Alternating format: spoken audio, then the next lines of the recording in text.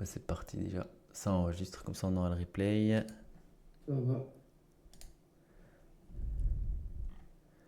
Ah, c'est bien, ça s'annonce bien neutre. Oui, Yes, c'est bon. malheureusement, je pense que on a attendu toute la semaine pour une belle variation ou pour on break le range avec le NFP, mais pas du tout, j'ai l'impression.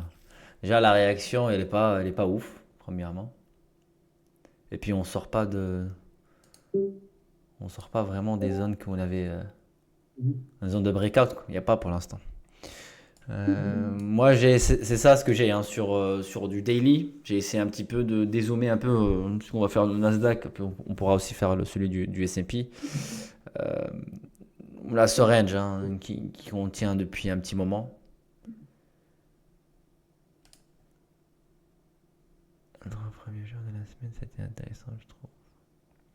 Ah, c'est. Bah, moi, lundi, c'était top. Mardi, un peu moins. Mercredi, j'ai pas tradé.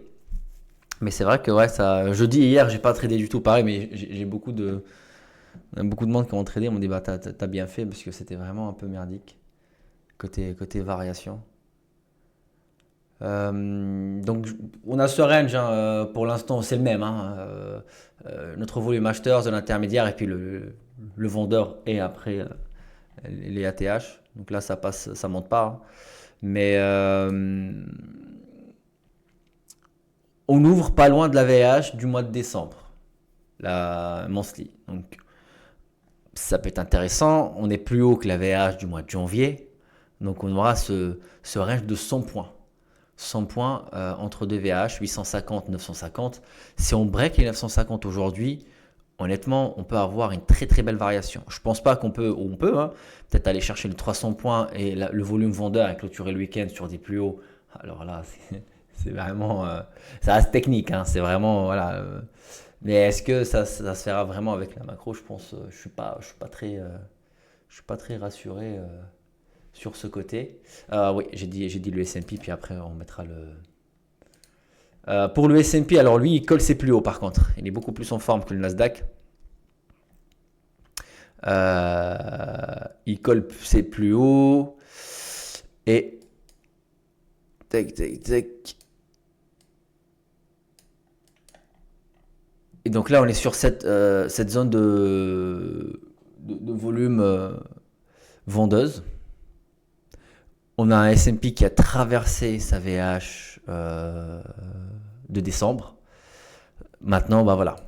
Si on part plus haut, pour ma part en tout cas, hein, si on part plus haut et on sort de ce range qu'on accumule depuis un petit moment, eh ben on est parti sur un mouvement vraiment haussier sur quelques sessions. Ça s'annoncera vert par la suite.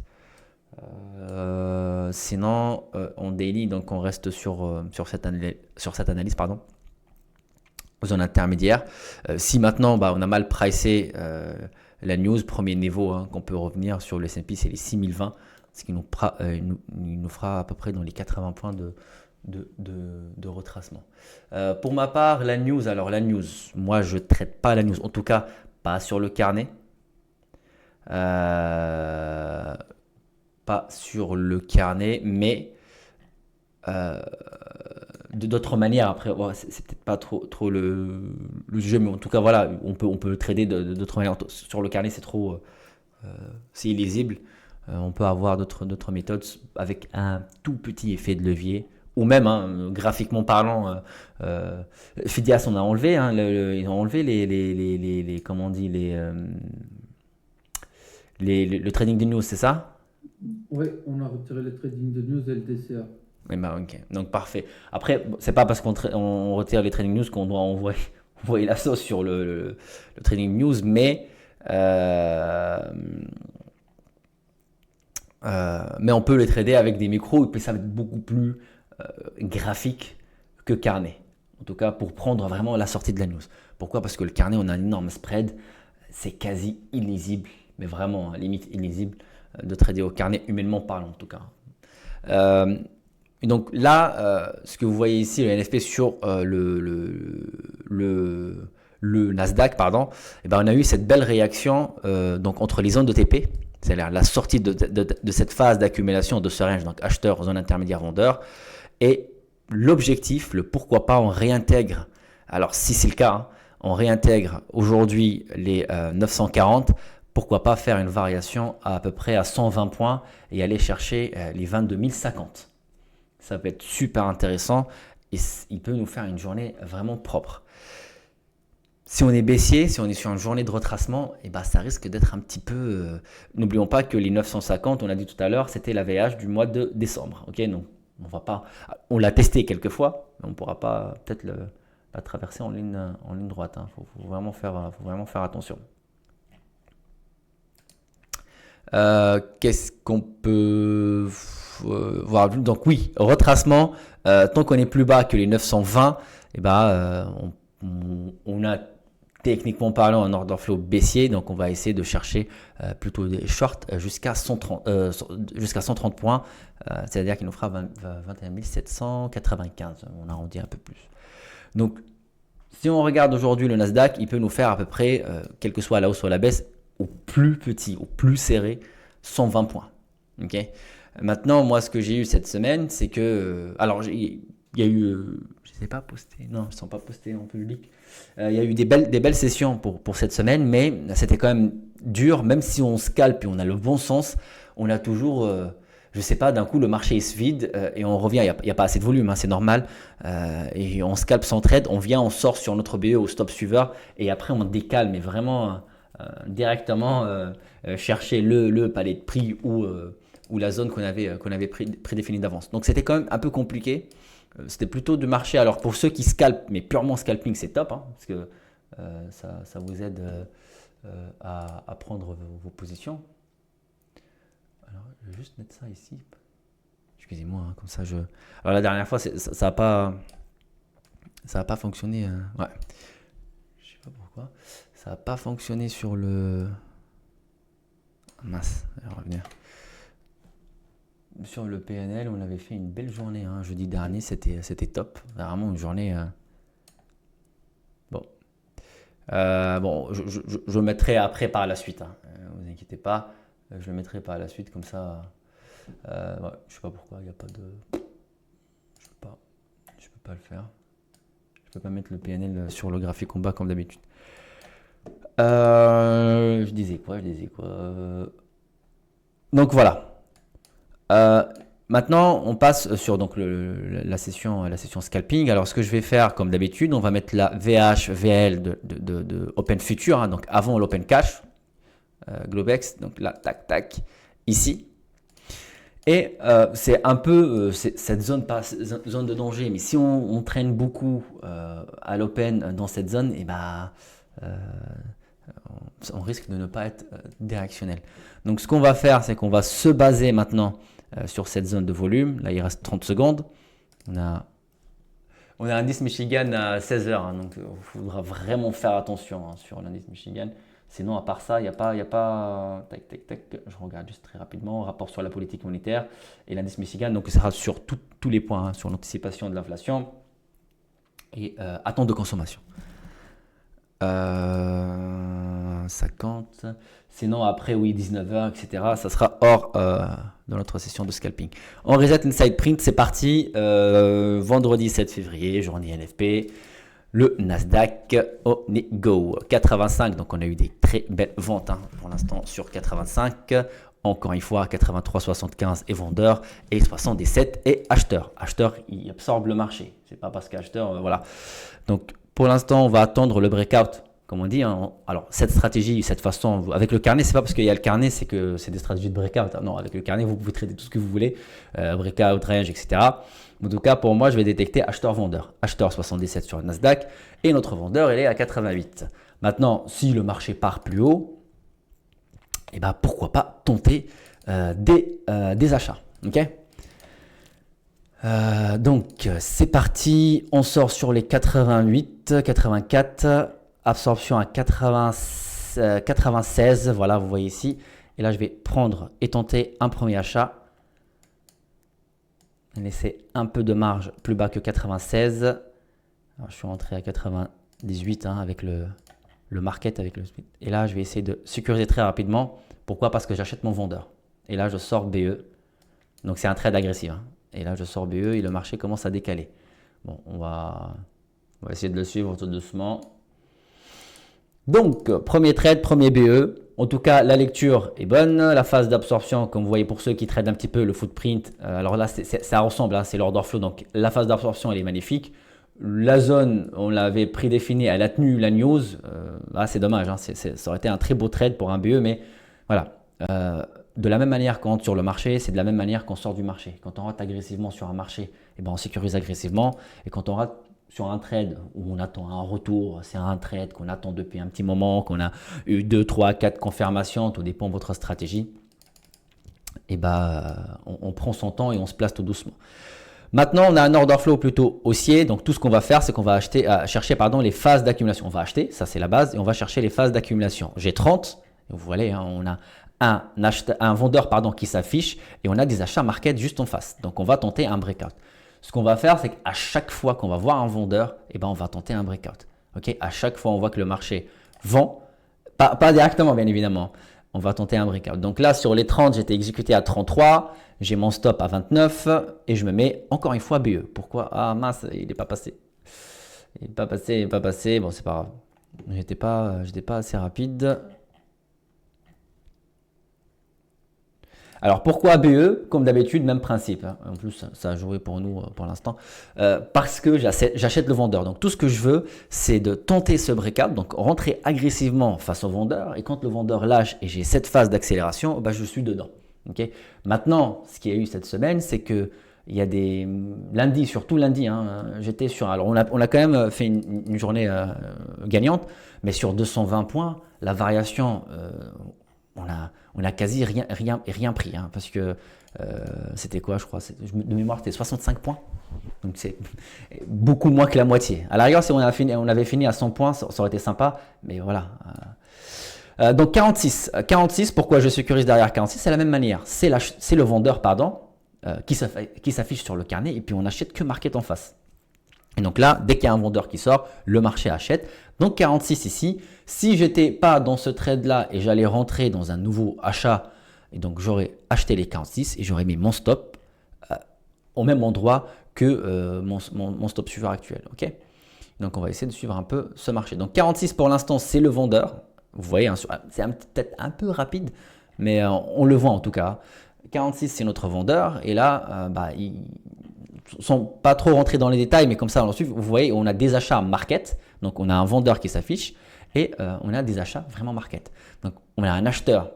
C'est-à-dire quoi? C'est-à-dire on a un acheteur, dès qu'il voit une contrepartie, il va acheter en face. Donc là, on est sur 46. 46 maintenant, on le travaille à l'achat, comme vous voyez ici, grâce à l'inside print, donc l'impression des ordres ici. Et vous voyez maintenant, dès qu'on revient à 46, il absorbe et il injecte market. Donc, il tente son breakout. Ce n'est pas parce que le marché tente un breakout qu'on va breakout. Hein. C'est juste, pour faire simple, une envie, en tout cas, de décaler le marché. Donc là, on sort sur ce stop. Premier potentiel retracement depuis l'open. Il était temps. Non, du tout. C'était juste, OK. Donc, on va retenter. C'est pas on chasse pas le marché, mais on va retenter un deuxième achat sur 46. Et si on se prend un stop ou un BE, on arrête et on attend le prochain palier, pardon. Ok, retour. J'attends une phase d'absorption. Vous voyez ici, un 54 lots, on se fait absorber. Et là, j'achète et je sécurise très rapidement. Pourquoi? Encore une fois, comme on l'a dit la dernière fois, si les 46 lâchent, le marché retrace. C'est le dernier gros, en tout cas, qui est assez costaud, qui tente des achats à ce niveau-là. S'il n'achète plus, le marché va retracer. Après, retracer peut-être trentaine, quarantaine de points. Mais en tout cas, ça ne sert à rien de laisser son stop plus loin que ça. Maintenant, on va attendre ce retour à 46. Vous voyez, maintenant, on a un order flow, ce qu'on appelle un order flow baissier, c'est-à-dire on a des ordres plutôt short de l'autre côté, l'inverse de ce qu'on avait tout à l'heure. Et donc là, pour ma part, en tout cas, qui a le scénario plus haut que cette zone de volume, je ferai que des achats, et je pourrais pas shorter parce que ça se contredit. Donc là, je vais attendre un retour à l'achat. Et là, si vous vous souvenez tout à l'heure, on avait acheté les 33. Et donc, si les 33 passent acheteur, j'ai mon setup qui est dans le vert, entre parenthèses, et donc je passe à l'achat. Donc 33 acheteurs, on revient sur mon 46, il se fait absorber encore une fois. Et là, tout ce qu'on va faire, ok, vente market se fait absorber.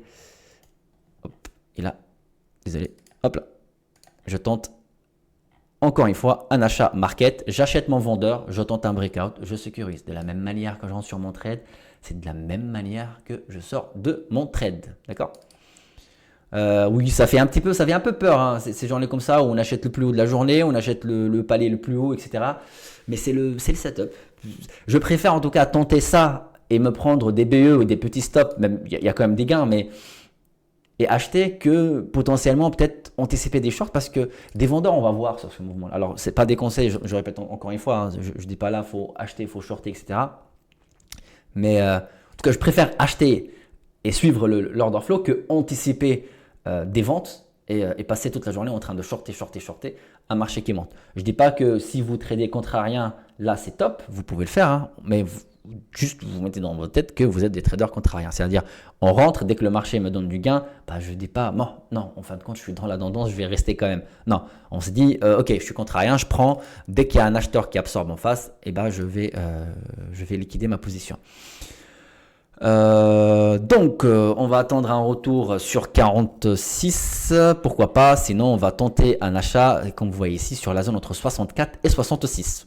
C'est ce qu'on voit depuis tout à l'heure, hein, depuis maintenant sur le carnet, les achats et les ventes. Okay, donc on va suivre notre marché, on revient sur 64, pour l'instant c'est notre vendeur, hein, 64, 66, et pourquoi pas notre 44-46 hein, ici deviendra potentiellement notre acheteur. Vous voyez, hein, 46, Nasdaq très volatile, quand le marché revient à 46, on commence à absorber. Donc c'est le prix. Alors, est-ce qu'il tient ou pas? Ça, on va essayer de confirmer sur le carnet, mais en tout cas, 46-44, c'est notre prix. Donc là, vous voyez, on a cette phase d'absorption qui est super intéressante. Encore une fois, dernier achat sur ce prix-là. Plus bas, j'achèterai pas parce qu'on risque de faire l'inverse et tomber sur acheter un marché qui tombe.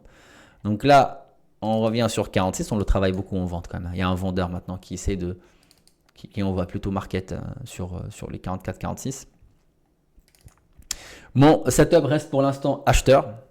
Pour ceux qui veulent shorter, voilà, hein, c'est pas parce que j'achète qu'il faut acheter. Si vous avez un setup short, etc., pour X raisons techniques, bien évidemment, pas un feeling, oui, bien sûr, vous pouvez shorter votre marché.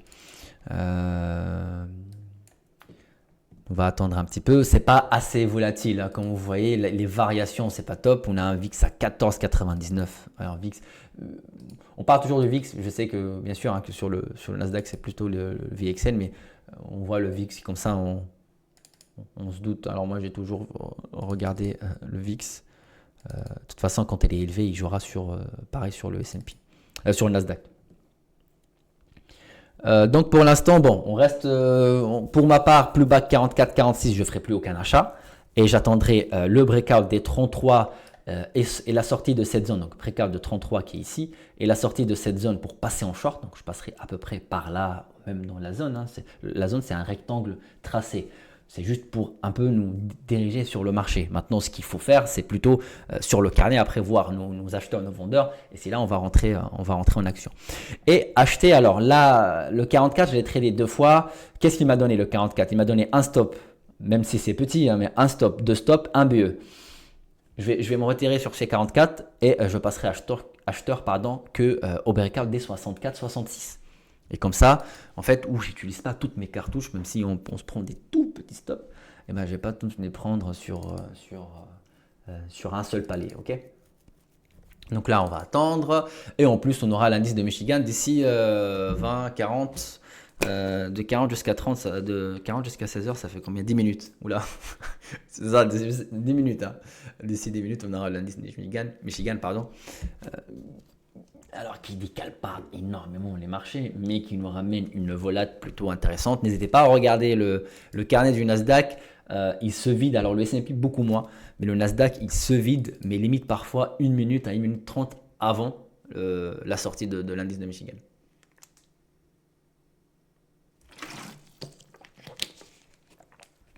De 20 minutes ouais, pardon, c'est ça, 20 minutes, pas 10 minutes parce que dans 10 minutes ça serait 50.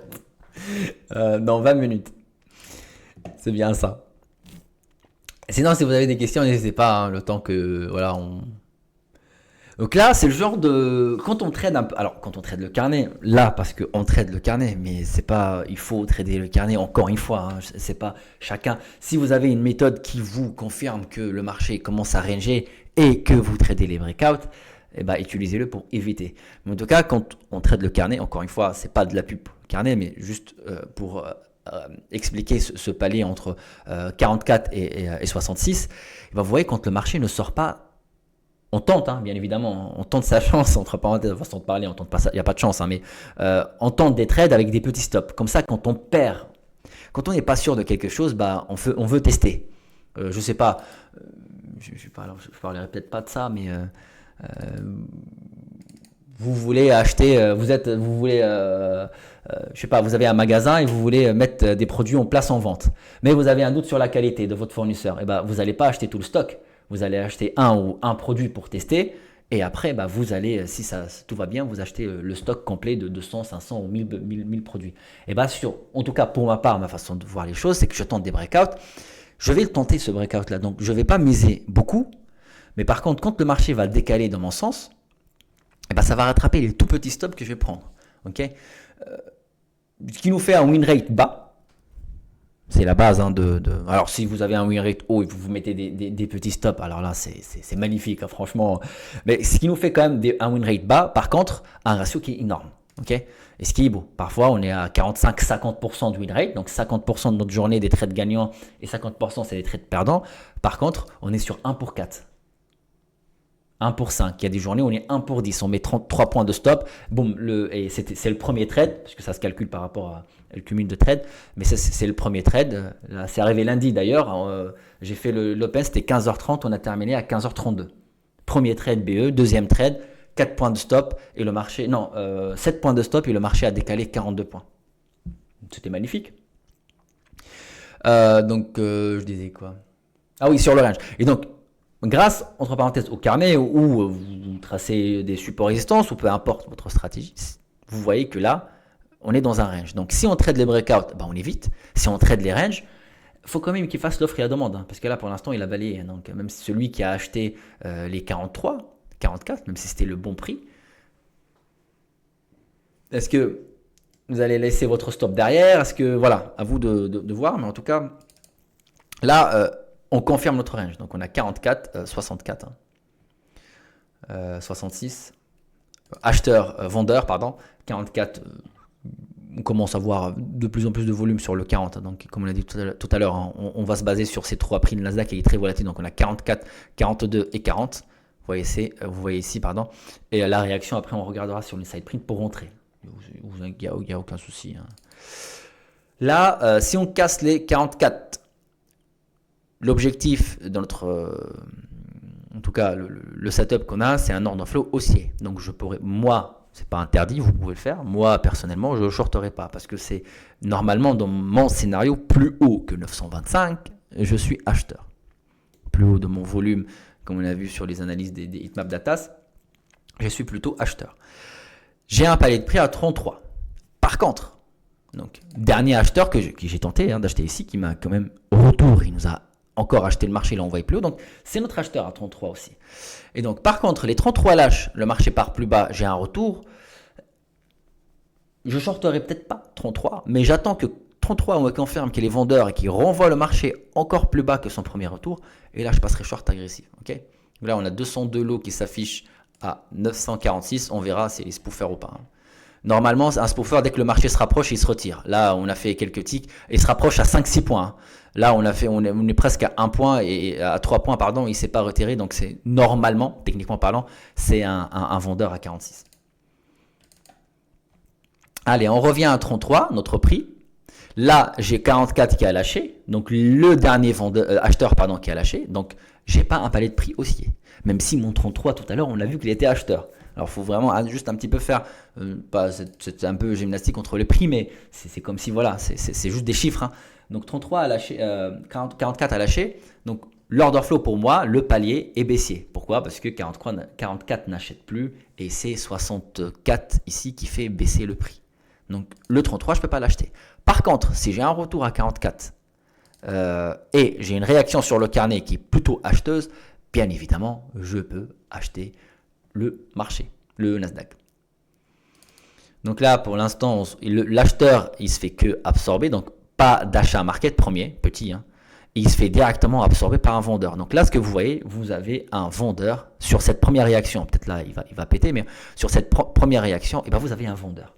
Et nous, on veut acheter, donc on vend pas, on n'achète pas, pardon. Pour l'instant, le vendeur tient le marché. Ouais, je pense qu'on va attendre jusqu'à l'indice de Michigan, parce que là, il n'y a rien de... Il n'y a rien, il n'y a quasi rien du tout. Vraiment pas du tout intéressant. Ok, on revient. Vous avez vu 42,75 de tout à l'heure. Maintenant, je reset mon inside print. On va regarder qu'est-ce qui fait ce 42,75. Premier achat, 44,75 et notre vendeur. Si le marché break les 45,75, je passerai à l'achat market directement. Allez, on veut un achat market, plus haut 45,75. Et je rentre acheteur. Bon, je suis rentré market, ça m'a fait je suis rentré à 46, donc un point après. J'achète mon potentiel vendeur et donc de la même manière que je rentre sur le marché, c'est de la même manière que je sors du marché. Je sécurise mon trade très rapidement. Je tente un breakout. Pour l'instant, j'ai aucune confirmation. Ma confirmation que 44 est acheteur. Vous voulez là, on peut se regarder dans les yeux et se dire 44 ici, c'est un acheteur quand il break les 64. Est-ce qu'il a breaké les 64 pour l'instant? Non. Il envoie le marché à la contrepartie, certes. 44, il paye le Nasdaq et on va aller chercher 64, 66. Mais à aucun moment, on renvoie le marché dans l'autre sens. À aucun moment, pardon, on break le Nasdaq. Donc oui, c'est un prix qui est accumulé à l'achat, mais on aura toujours un pas de retard, nous, sur le marché. On ne peut pas l'anticiper. Et donc, le seul moment où je peux vous dire que le 33, le 44 est acheteur, c'est quand on break les 66. Est-ce qu'on l'a fait? Bah non. Donc pour l'instant, comme on l'a dit tout à l'heure, on tente avec des petits stops ou BE directement. Et puis quand ça part dans notre sens, on tâte le terrain. Voilà, c'est ça, je cherchais le mot. On tâte le terrain avec des petites pertes pour quand ça part dans notre sens. Vraiment pour simplifier hein, la psychologie de cette façon de faire, ça part dans l'autre sens, c'est ce qu'ils nous fait, comme j'ai expliqué tout à l'heure, un ratio plutôt intéressant. Donc 33, pas d'achat pour moi, même si ça reste un prix acheteur. Pourquoi? Parce que j'attends que 33 absorbe les ventes, renvoie le marché à 44, et à 44, on renforce à l'achat pour aller chercher les 64. Et c'est comme si c'était une confirmation que je peux acheter les 44 parce qu'il y a du monde, entre parenthèses, derrière moi. Mais vraiment, j'essaie de simplifier la façon de regarder et voir le carnet pour que ça soit vraiment lisible pour tout le monde. Donc, reset sur les side print, on a 46,50. Là, c'est haut, hein, mais je vais tenter quand même, mais c'est haut. 46,50, il absorbe, donc c'était le dernier vendeur market, il absorbe, et là je rentre avec un tout petit stop, risque off, on est BE, et encore une fois, on tente un breakout.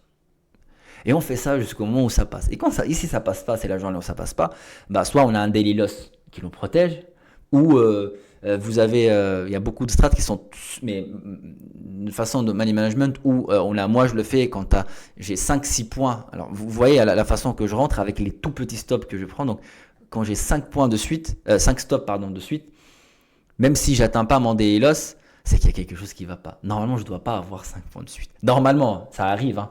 Mais quand ça arrive, c'est qu'il y a un problème. Donc là, pareil, hein, tentative. Alors vous voyez, on le paye de plus en plus haut. Maintenant, c'est 48. On a dit tout à l'heure, c'était 44, 40, 42 et 40. On commence de le payer de plus en plus haut, et puis ça part pas. Ça part pas. Donc, ça compte. Là, il reste des minutes pour l'indice de Michigan. Ok, il reste des minutes. On va attendre un petit peu. On reste sur une journée flat pour l'instant. PNL à moins $40. Moins $40, donc c'est pas grand chose. Hein. On est flat. On est plutôt flat. On peut aller alors. Sur cette variation, c'est pas trop intéressant d'aller risquer, je sais pas, peut-être $1,000 ou $800 de perte ou un daily loss. On verra avec l'indice de Michigan. Si le marché bouge mieux après la sortie des chiffres, c'est parfait. Là, on se dit, ok, on met quand même du risque parce qu'il y a de quoi aller chercher comme perf sur le marché. Si on a la sortie d'indice de Michigan et puis après le marché continue à faire comme ça, honnêtement, oui. Est-ce que ça vaut le coup, entre parenthèses, de risquer $800 ou $1,000 ou 30 points? Moi, je parle plus on parle pas argent, mais je parle plus argent pour que ça tape un peu plus dans le cerveau, ça attire plus le cerveau que les points. Surtout pour ceux qui ne traitent pas Nasdaq, donc ils ne savent pas quand je dis 30 points, ils ont dit mais attends, ça fait combien? Alors 30 points avec un lot, ça fait moins $600. Je parle en perte et en gain, ça fait plus $600. Parce qu'on a le point Nasdaq, il est à $20, $5 le tick. Je disais ça pourquoi? Oui, donc on verra après la sortie de l'indice de Michigan, est-ce que ça vaut le coup de vraiment envoyer plus de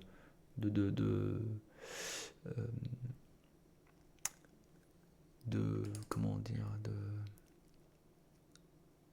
plus de risques ou pas, hein, sur le marché.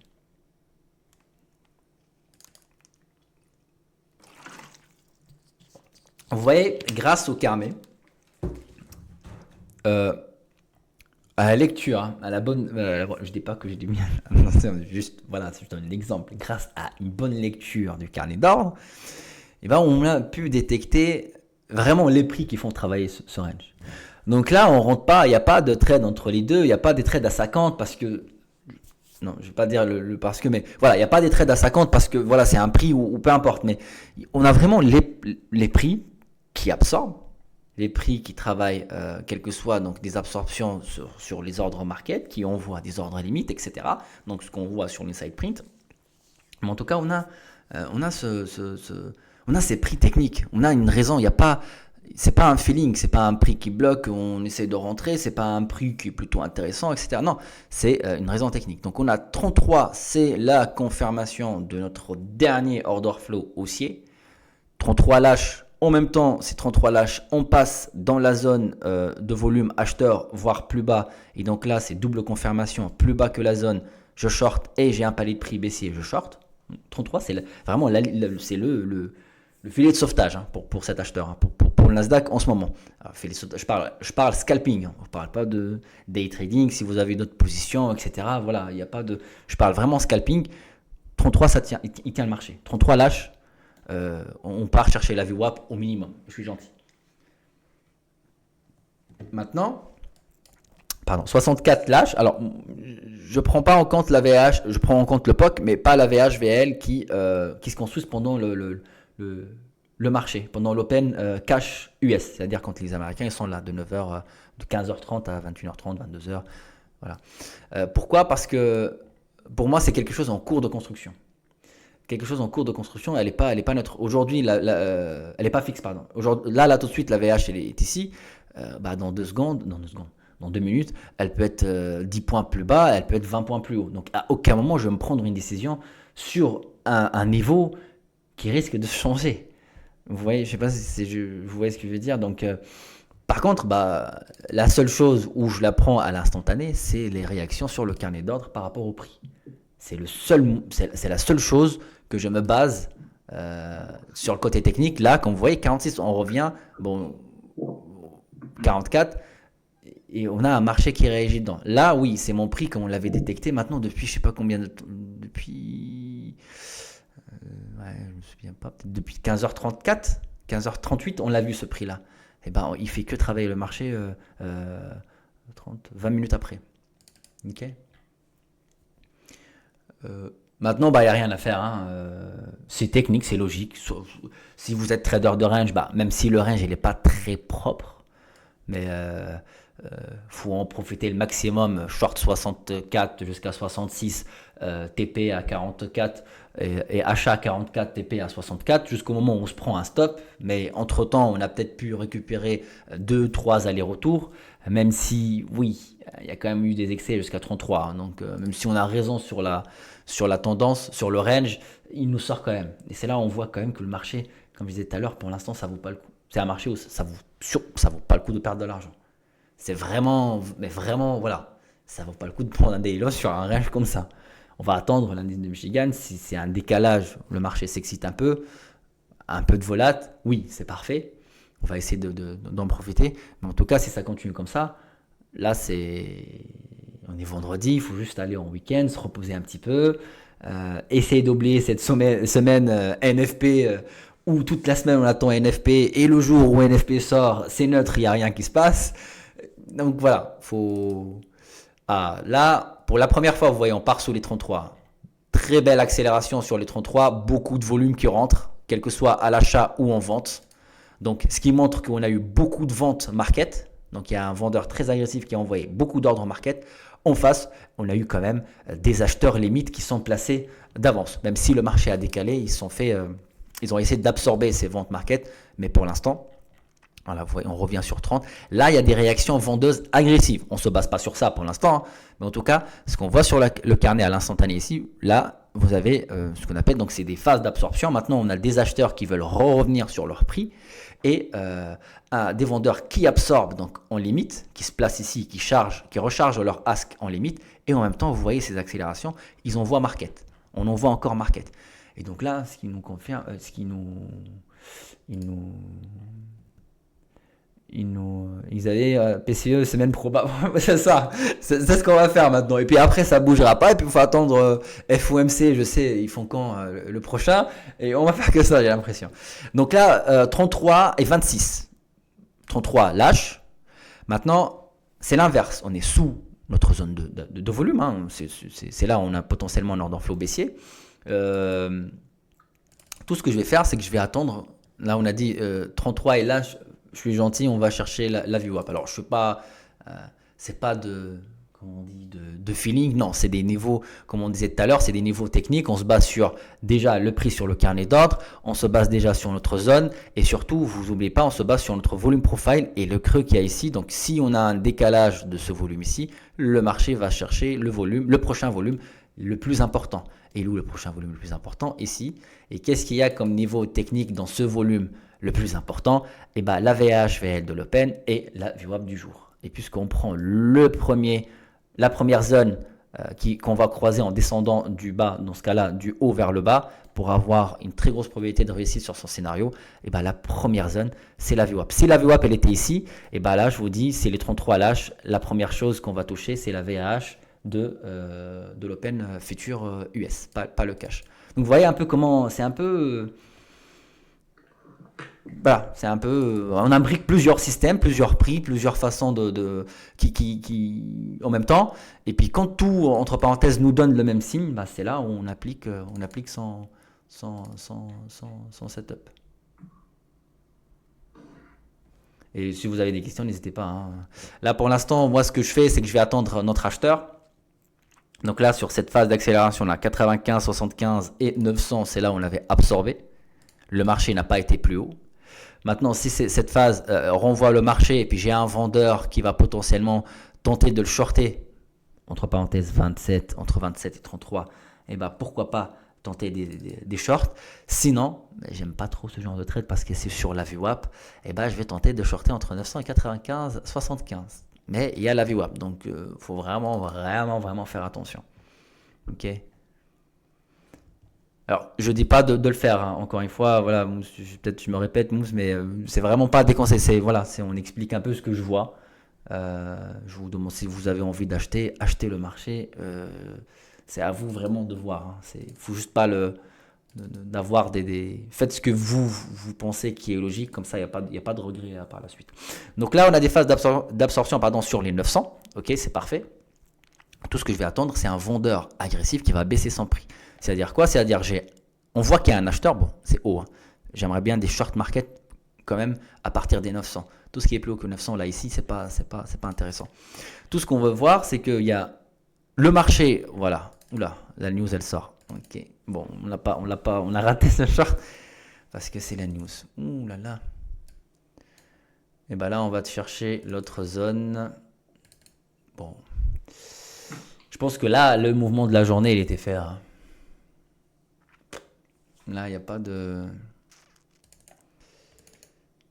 Vous voyez, tout à l'heure, je vous ai dit en plus sur le carnet. Alors, si vous avez d'autres méthodes, bien évidemment, un graphique, etc., ça vous aidera peut-être parce que voilà, vous aurez X niveau où vous tradez autre chose, etc. Mais vous voyez, sur le carnet, il n'y a pas. Là, on avait déjà, on a les limites cliquées sur le short, tellement on attendait des ventes entre 900 et 95. 900 et 895,75. Et on n'a pas pu le faire. On avait le prix, on n'a pas pu le faire. Là, on revient maintenant sur VH, VL de l'Open. On est sur la VL de l'Open. On va regarder potentiellement des réactions. Alors là, il faut voir maintenant, est-ce que le marché va commencer à retracer. On aura une tendance, donc un order flow baissier et le marché il part vraiment à la hausse. Encore une fois, nous on scalpe. Même si on prend des scalps de tendance, on est quand même sur des micro-variations du marché qui font 120 points entre chaque zone. Ici, on n'a pas pu, mais on a quand même tenté. Par contre, de là à là, on a effectué l'offre et la demande. Donc là, il n'y a que des excès. Pourquoi? Parce qu'on n'avait pas briqué les 64. C'est-à-dire, je dis 64, donc on ne casse pas les 64. Pour l'instant, on anticipe, même si j'aime pas trop dire ce mot, on anticipe les achats sur les 44. Parce que c'est le bas de notre range et qui peut potentiellement breaker les 64 et aller chercher plus haut. Mais on n'avait pas de confirmation. Là, on avait dit, par contre, si les 33 lâchent, on va aller chercher un acheteur et l'acheteur absorbe mais il ne tient pas et on touche la VWAP, on break la VWAP, là on est baissier. Et là, vous voyez, c'est une confirmation. Sauf que elle est venue avec la news. Donc, humainement parlant sur le carnet, c'est intradable. Maintenant, ce qu'on va voir, on va attendre un petit peu. On revient sur la VAL de l'Open et là, on fait un pullback. Un throwback, je crois que c'est en anglais sur le retracement, et un pullback quand c'est à l'achat, je crois. Je ne suis pas très anglais, mais je pense que c'est ça. Et donc, tout ce qu'on va faire maintenant, on va tenter des ventes, c'est ça, des shorts, sur nos acheteurs, puisque notre order flow est baissier. Et donc, j'ai un acheteur à 77. Et ce que je vais faire, je vais shorter les 77. Il y en a qui trade les ranges, les trade la logique des marchés. On me dit, mais non, mais il est fou, les 77, il faut les acheter. Le problème, c'est pas acheter ou shorter. Mais le problème, l'objectif, c'est est-ce qu'on a tous vu les 77? Si on a tous vu les 77, c'est bon. Le plus dur est fait. Maintenant, les acheter ou les shorter, ça, chacun sa stratégie, chacun sa manière et sa façon de faire les choses. Donc là, on est plus haut. 77 pour l'instant, il absorbe. Je veux le shorter. C'est pas parce que je veux le shorter que je le short directement. Aucune confirmation sur le carnet de short. Donc, il renvoie le marché à la hausse. Ok, c'est parti. 805. Très belle phase d'absorption. Et est-ce qu'il va nous envoyer le marché à 77? Je commence à resetter un peu mon inside print. On a beaucoup d'achats market quand même, qui sont absorbés, mais on a beaucoup d'achats market. On tente de récupérer la VL de l'Open. Mais non, on a un order flow plutôt baissier. On revient sur 77. Il absorbe. Et là, on va commencer potentiellement à tenter des shorts. Ah mince, j'ai pas été exécuté. Pourquoi? Ah non, il a décalé, j'allais rentrer en market, il m'a fait rentrer en limite, mais c'est pas grave. Ok, on revient sur 77. Ok, on a eu des ventes à 78. Et là, je suis short et 73, on a quand même détecté 77. Et là, je suis short et je sécurise directement. Pourquoi? Parce que je suis en train de vendre mon support. Ok, donc je short un support, donc j'ai vraiment intérêt à sécuriser très rapidement. 58, dernière phase d'accélération sur ce mouvement. Je me mets derrière et là, tout ce qu'on va faire, je vais le placer sur le graphique. C'est de regarder les phases d'absorption. Ici, on a des achats à 50, et tout ce que je vais faire, c'est que je vais mettre derrière les 50. Si j'ai un vendeur qui veut continuer à baisser son prix, c'est à partir de 50, il va renforcer à la baisse.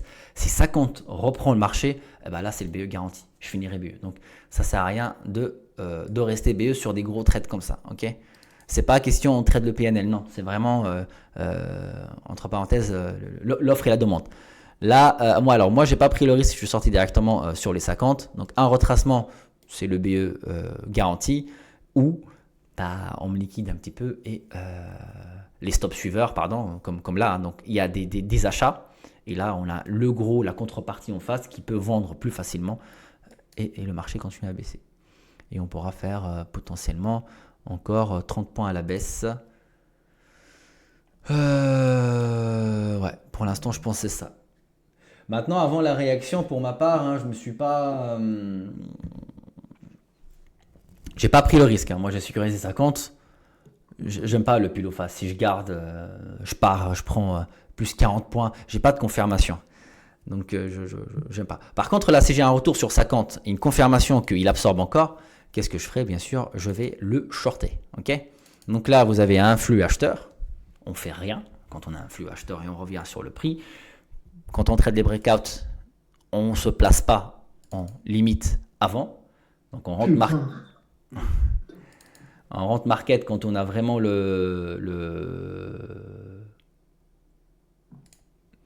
on rentre market quand on a vraiment la confirmation. Sinon on se fait arracher. Donc notre short 77 tout à l'heure et n'oublions pas notre 805. Donc qu'est-ce qu'on va faire? Plus haut que 805 j'achète, plus bas que 77 je short. Voilà, simple. Okay, de prix comme tout à l'heure. Marché beaucoup plus volatile, donc on s'adapte au marché. C'est pas tout à l'heure parce qu'on avait 15 points, 18 points, 20 points entre acheteurs-vendeurs qu'on va rester toute la journée sur des acheteurs-vendeurs entre un écart entre 20 et 20 points entre les prix. Non, c'est ce que le marché me donne. Là, le marché me donne un écart énorme. C'est énorme. Mais voilà, c'est ce qui nous donne le marché. Si vous trouvez que c'est gros, c'est que c'est un marché volatile, donc on ne le traite pas. Si quand l'écart entre acheteurs-vendeurs il est serré, on a des palets vraiment tout petits, bien évidemment on peut le trader facilement. Bon.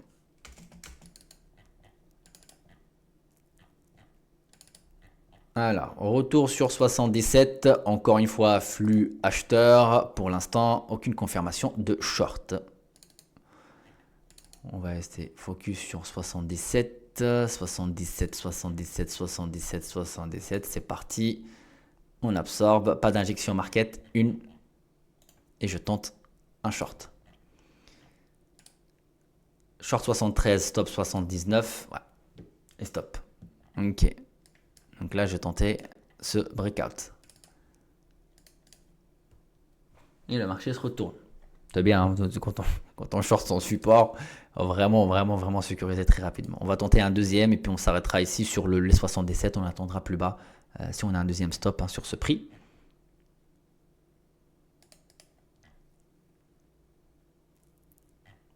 Ok, on se fait absorber, pas d'injection market pour l'instant. On a un flux acheteur, parfait. Qu'est-ce qui fait notre vendeur en face? Rien pour l'instant, rien du tout. Donc le marché continue à décaler, pas de confirmation de short, on ne rentre pas en short. On revient. On commence à le travailler de tout doucement, pas de confirmation, mais tout doucement, on commence à le travailler à l'achat. Tout doucement, mais gentiment, 77. Hein. On a de moins en moins de l'agressivité vendeuse sur le bas.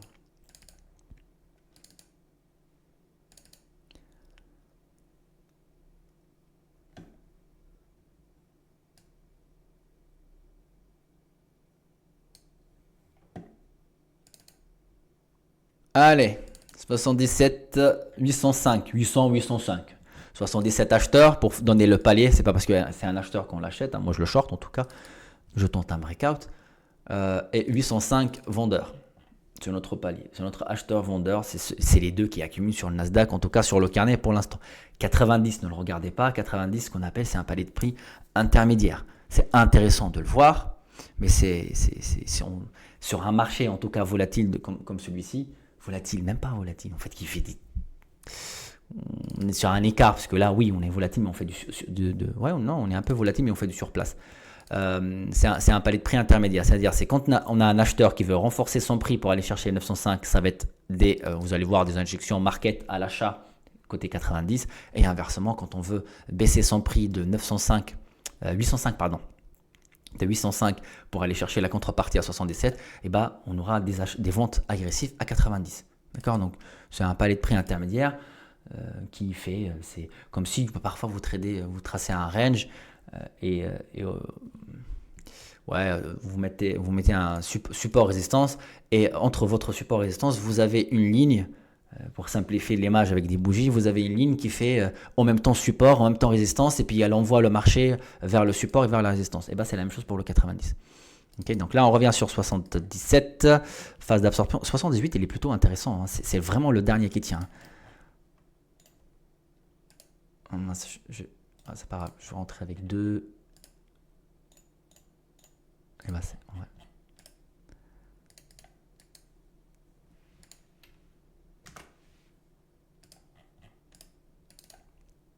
Ok, 50 de tout à l'heure. Hein. Donc 50 un lot, il va être très agressif derrière les 50, il sort. Et le deuxième lot, on le laissera un petit peu de marge.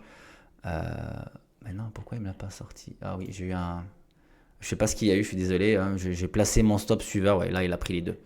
Et donc là, on se place derrière les 50. Et les 50, bah, récupèrent le marché.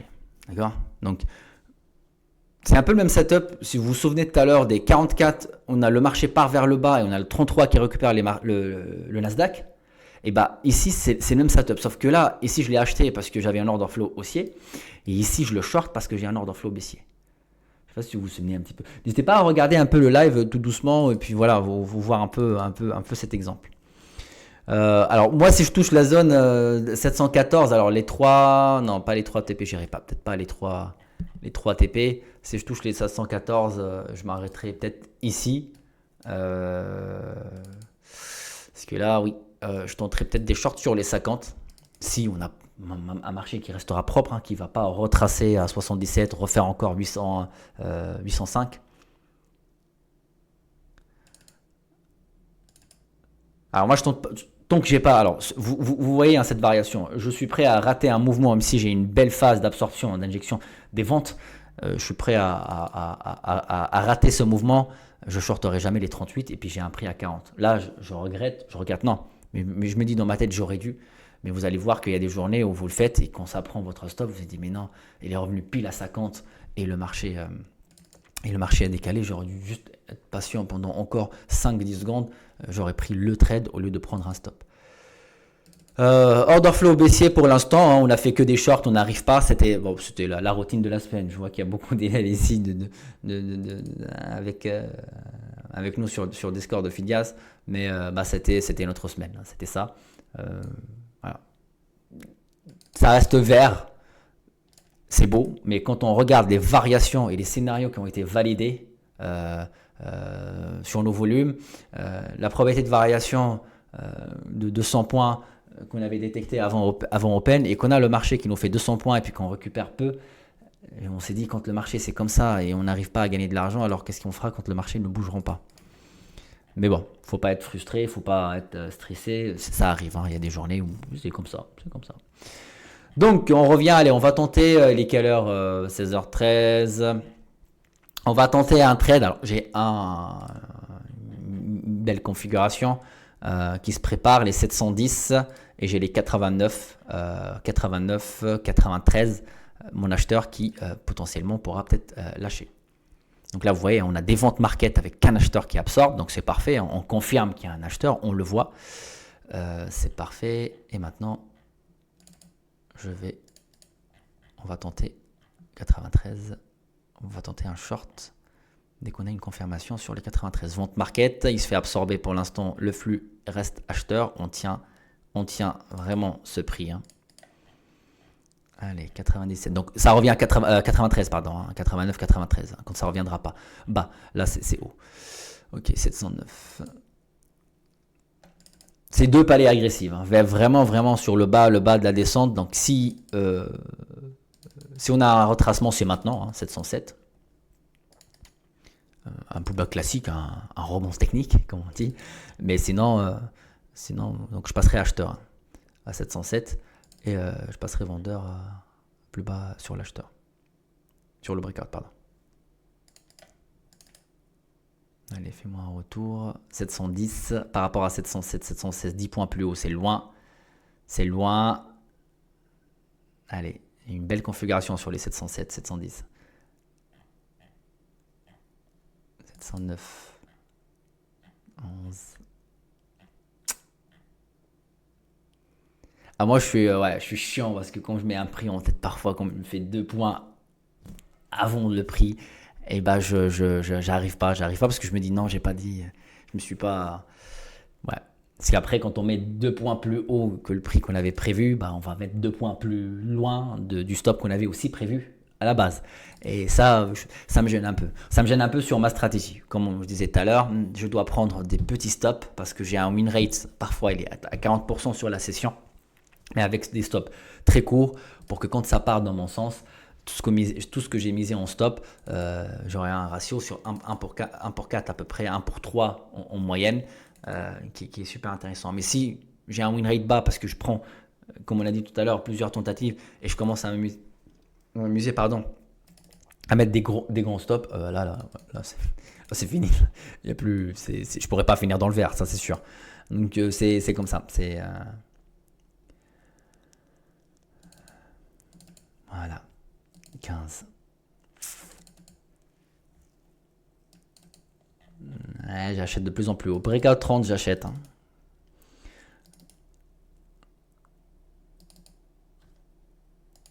Breakout 30, j'achète. Ah, ok, on a un retour sur 709. Qu'est-ce qu'il nous fait 709, phase d'absorption.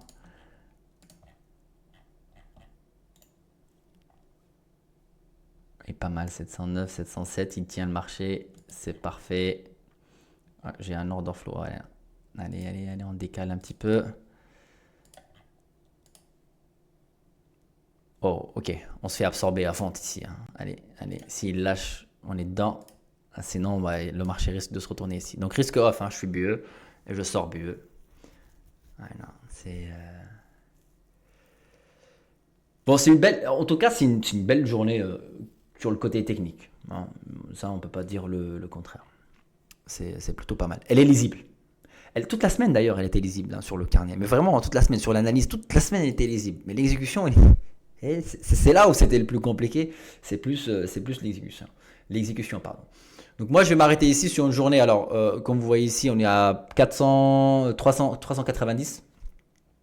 Ça, voilà. Moi, je suis quelqu'un, j'aime bien aussi. C'est pas, on montre des gains comme des pertes, hein, comme vous pouvez regarder. Sauf la journée Mousse comme par hasard où on a fait la plus belle perf. Et ben, le PNL fonctionnait pas ce jour-là, donc ça s'affichait pas sur le graphique. Mais c'était une journée pas loin des 2000 $. Hein. Vous voyez la taille, c'était rien, hein, franchement. Donc c'est parfait. Et les journées de perte, quand vous regardez un peu les replays, n'hésitez pas qu'on fait ici chez Fidias dans leur Discord. Ça reste des petits stops. Hein. On est sur des moins 500, moins 400, moins 300 sur des journées perdantes. Et puis après, voilà, quand on a des journées comme là, par exemple, ça récupère une journée de perte parfois. Et quand on a des belles journées, voilà, vous voyez, hein, je voulais les 730 achats. Ouais, on est sur un pullback, mais 730. Est-ce qu'on tente un dernier achat à 730 et puis on arrête ou on arrête là? On va faire un vote. On achète les 730 ou pas?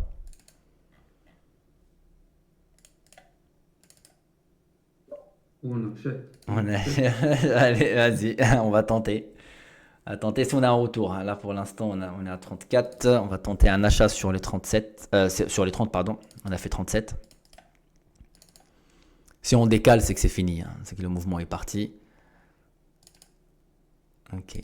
On a fait vraiment 30 au tic près. Hein. 30-50, pardon. Ouais, on a fait 30-50.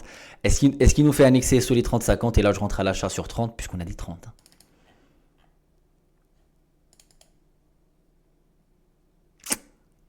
32.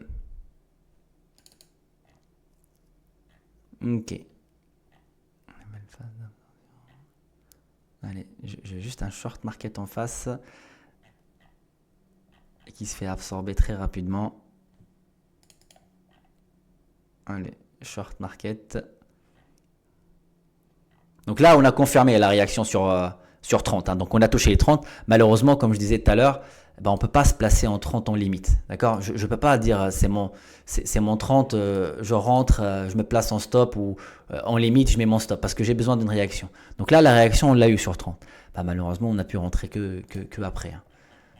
Là, je pense qu'on va rester sur un stop suiveur. On va viser les 70, donc il y a encore une vingtaine de points à la hausse avec un stop suiveur, un manque à gagner de 9 points. Donc est-ce que ça vaut le coup de mettre 9 points de manque à gagner pour aller chercher encore 20? En tout cas, pour moi, oui, ça vaut le coup.